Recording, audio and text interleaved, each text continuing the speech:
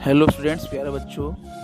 आज की जो वीडियो है वो मैंने आप लोगों के लिए बनाई है जो कि पोइट्री से रिलेटेड है। सभी प्रश्न जो कविता से संबंधित हैं, मैंने लेसन 11, 15 और 18 के प्रश्न इसमें दिए हैं जो कि बोर्ड में पूछे जाते हैं और बोर्ड में आए गए प्रश्न सभी। आपको इन सभी प्रश्नों को ध्यान से देखना है, पूरी वीडियो देखना है, आपको समझना है। और मैंने इसके पूर्व में भी आपको एक वीडियो बनाई थी पोइट्री से रिलेटेड, जिसमें मैंने आपको लेसन 1, लेसन 4 और लेसन 1 से लेसन 7 से संबंधित प्रश्न दिए थे। वो प्रश्न भी आपके लिए खास है, तो आपको उनकी भी तैयारी करना है। और जो प्रश्न मैं आज अभी दे रहा हूँ आपको वीडियो में, ये प्रश्न भी बहुत खास है आप लोगों के लिए। और जो बच्चे नए जुड़े हैं इस चैनल से, DS क्लासेस से, तो सबसे पहले प्लीज़ आपको इस चैनल को सब्सक्राइब करना है और बेल आइकन को क्लिक करना है। और इस वीडियो को आपके दोस्तों को भी शेयर करना है, ज़्यादा से ज़्यादा शेयर करना उन बच्चों को, है ना, वो बच्चे भी इन वीडियो को देख सकें। और वीडियो आपको पूरी देखना है, आपको वीडियो अच्छी लगेगी। मैंने बहुत ही अच्छे ढंग से समझा है सभी प्रश्नों को, और वो सभी प्रश्न खास प्रश्न लिए आप लोगों के लिए जो बोर्ड में आते हैं। तो आप अगर इनकी तैयारी करते हैं तो कुल मिला के आपके जो प्रश्न उत्तर आते हैं वो 35 नंबर के आते हैं। मैंने 2 वीडियो बनाई आप लोगों के लिए वर्कबुक की, जिसमें मैंने आपको 25 प्रश्न दिए हैं, आप वीडियो देख सकते हैं। एक 8 नंबर की है और एक इसमें 8 प्रश्न दिए मैंने टॉप 18 से, और एक टॉप 15 करके 2 वीडियो हैं जिसमें मैंने वर्कबुक के प्रश्न दिए जो कि बोर्ड में आते हैं हमेशा। अगर आप उसको ध्यान से देखेंगे तो आपको समझ में आएंगे और सभी प्रश्न आपको अच्छे लगेंगे। तो आपको कुल मिला के 25 में से आप जैसे 15 नंबर आप वर्कबुक ला सकते हैं और 10 से 12 नंबर के आपके पोइट्री के आते हैं। तो अगर इन सभी प्रश्नों को आप ध्यान से देखते हैं, जो मैंने अभी पोइट्री की जो आपकी वीडियो बनाई है, तो आपके अच्छे नंबर आ सकते हैं। क्योंकि एग्ज़ाम बहुत नज़दीक है, 2 मार्च से आपकी एग्ज़ाम शुरू हो जाएगी। तो आपको ध्यान रखना है और अच्छी पढ़ाई करना है। पोइट्री से रिलेटेड लेसन 11 का पहला प्रश्न है, who takes the kite high, यानी पतंग को ऊपर कौन ले जाता है। इसका आंसर है the wind takes the kite high. हवा जो है वो पतंग को ऊपर ले जाती है। इसके अंदर आपको हु हटा के केवल द विंड लिखना है।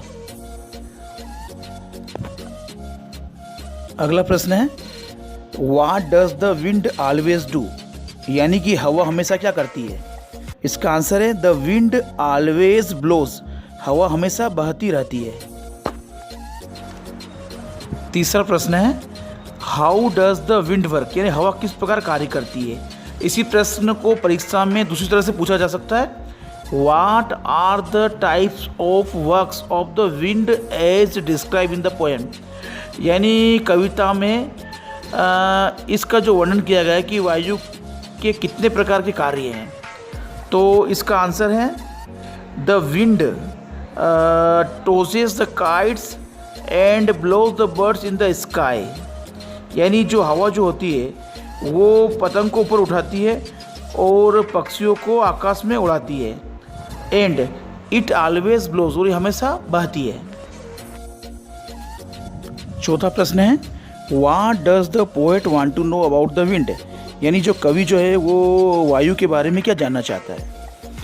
इस प्रश्न को एक दूसरी तरह से पूछा जा सकता है परीक्षा में, what does the poet want to know about the blower the wind, यानी कवि जो है वह बहने वाली वायु के बारे में क्या जानना चाहता है। तो इसका आंसर है the poet wants to know about the wind that it is young और ओल्ड, कवि जो वो हवा के बारे में जानना चाहता है कि यह जवान है या बूढ़ी। एंड इट इज़ बीस्ट और स्ट्रॉन्गर देन चाइल्ड, और यह जो हवा जो है ये जानवर है या बच्चे से ज़्यादा ताकतवर। पोइट्री से रिलेटेड लेसन 15 का पहला प्रश्न है, what does the poet want us to give up in the first stanza of the poem, यानी कवि जो है कविता की प्रथम खंड का क्या छोड़ना चाहता है, यानी उसमें से वो क्या त्यागना चाहता है। तो इसका आंसर है the poet wants us to give up the old and the false habits in the first stanza of the poems, यानी कवि जो है कविता के प्रथम खंड में से पुरानी व झूठी आदतों को छोड़ना चाहता है। दूसरा प्रश्न है, what does the poet say about the memories of the dead people, यानी कवि जो है वो मरे हुए लोगों की याद के बारे में क्या कहता है। इसका आंसर है the poet says to ring out the grief about the memories of the dead people, यानी कवि कहता है कि जो लोग मर गए हैं हमें उन्हें भूल जाना चाहिए, इससे हमें कष्ट होता है। तीसरा प्रश्न है what should be a proper replacement for old traditions, यानी इसमें प्रॉपर रिप्लेसमेंट का मतलब होता है वास्तविक बदलाव, ओल्ड ट्रेडिशंस का मतलब होता है पुरानी परंपराएं। तो पुरानी परंपराओं में किस प्रकार का वास्तविक बदलाव होना चाहिए, इसका आंसर है आपको यहाँ पे वाट के स्थान पे लिखना है to adopt new traditions should be a proper replacement for old tradition, यानी कि पुरानी परंपराओं को छोड़कर हमें नई परंपराओं को ग्रहण करना ही वास्तविक बदलाव होगा। चौथा प्रश्न है what does the poet say about he sad song, यानी कवि अपने दुख भरे गानों के लिए क्या कहता है। यहाँ सैड सॉन्ग्स का मतलब होता है दुख भरे गाने। इसका आंसर है द पोएट सेज दैट, कवि कहता है कि ring out the sad songs, यानी जो दुख भरे गाने उनको छोड़ दो, उन्हें त्याग दो, but ring in the fuller minstrel, लेकिन गायक के गाने के तथ्यों को ग्रहण कर लो। जो गायक जो गाना गाता है उसके तथ्यों को हमें ग्रहण करना है। पांचवा प्रश्न है what does the poet want in place of greed for wealth, यहाँ पे ग्रीड का मतलब होता है लालच और वेल्थ का मतलब होता है धन, यानी धन के लालच के स्थान पर कवि क्या चाहता है। तो इसका answer in the place of greed for wealth, यानी धन के लालच के स्थान पर the poet wants to ring in the satisfaction, कवि जो है वो धन के लालच के स्थान पर कवि जो संतुष्टि को ग्रहण करना चाहता है। यहाँ सेटिस्फैक्शन का मतलब होता है संतुष्ट होना या संतुष्टि। छठा प्रश्न है what would be a proper replacement for war culture, यानी कि युद्ध पद्धति के लिए क्या वास्तविक बदलाव होना चाहिए। इसका आंसर है years of peace would be a proper replacement for war culture, यानी कि वर्षों की शांति ही युद्ध पद्धति के स्थान पर वास्तविक बदलाव होना चाहिए। देखिए इस आंसर में आपको केवल वाट हटा के ईयर्स ऑफ पीस याद करना ओनली केवल आपको। सातवां प्रश्न है what are the things suggested by the poet that we should leave, यानी कवि के अनुसार वे कौन सी चीज़ें जिनको हमें छोड़ देना चाहिए। इसका आंसर है अकॉर्डिंग टू द पोएट, यानी कवि के अनुसार वी शुड लीव फॉल्सहुड, हमें झूठ बोलना छोड़ देना चाहिए। सैड मेमोरीज ऑफ पास्ट, यानी भूतकाल की जो दुख भरी यादें हैं उन्हें हमें त्याग देना चाहिए। हार्मफुल ओल्ड ट्रेडिशन, जो नुकसानदायक रीति रिवाज जो है पुराने परंपराएं उन्हें हमें छोड़ देना चाहिए।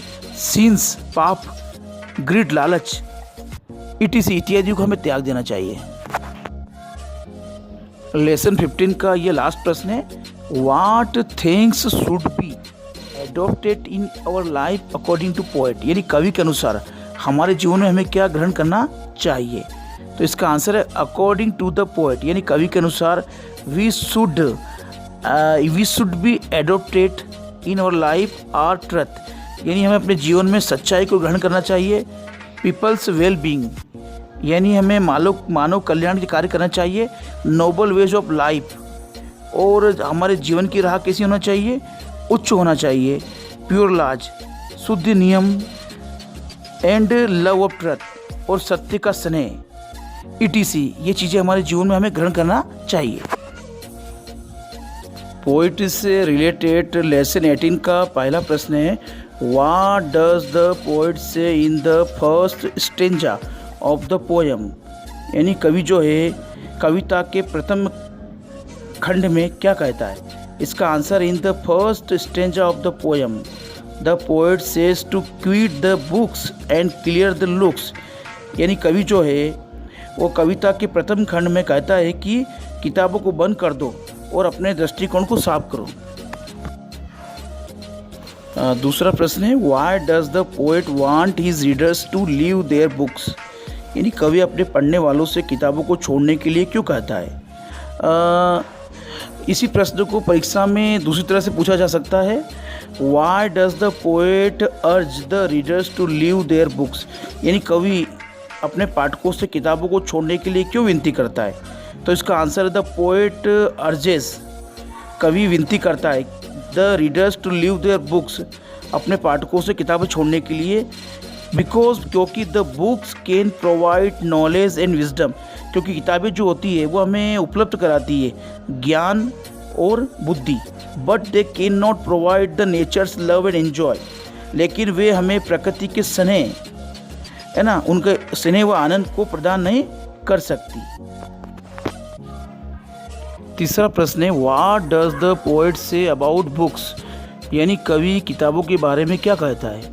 इसका आंसर है the poet says about books that, यानी कवि जो है किताब के बारे में कहता है कि these are a dull and endless strip, यानी कि ये बहुत ही घटिया व न समाप्त होने वाले दुख के समान है। चौथा प्रश्न है, who should be our teacher according to the poet, यानी कवि के अनुसार हमारा शिक्षक कैसा होना चाहिए, कौन होना चाहिए। इसका आंसर है अकॉर्डिंग टू द पोएट, यानी कवि के अनुसार nature should be our teacher, यानी कवि के अनुसार प्रकृति को हमारा शिक्षक होना चाहिए। पांचवा प्रश्न है, what can the forest teachers, यानी जो जंगल होते हैं, वन, वो हमें क्या शिक्षा दे सकते हैं। तो इसका आंसर है the forest can teachers moral evil and good, यानी वन हमें नैतिक बुराई और अच्छाई की सीख दे सकते हैं। छठा प्रश्न है, what does nature bring and man destroy, प्रकृति क्या लाती है और आदमी क्या नष्ट करता है। यहाँ पे ब्रिंग मीन्स लाना और डिस्ट्रॉय का मतलब होता है नष्ट करना या समाप्त करना। तो इसका आंसर है nature brings beauty and life, प्रकृति जो है हमारे लिए सुंदरता और जीवन लाती है। वाइल मैंने जबकि, मैन डिस्ट्रॉयज देम, और जो मनुष्य होता है, जो मानव होता है, वो उसको नष्ट कर देता है, खत्म कर देता है। लेसन 18 का ये लास्ट प्रश्न है, what type of heart does the poet want, यानी कवि किस प्रकार का हृदय चाहता है। इसका आंसर है the poet wants the heart that can watch and receive, यानी कवि ऐसा हृदय चाहता है, दिल चाहता है जो नजर रख सके वह प्राप्त कर सके।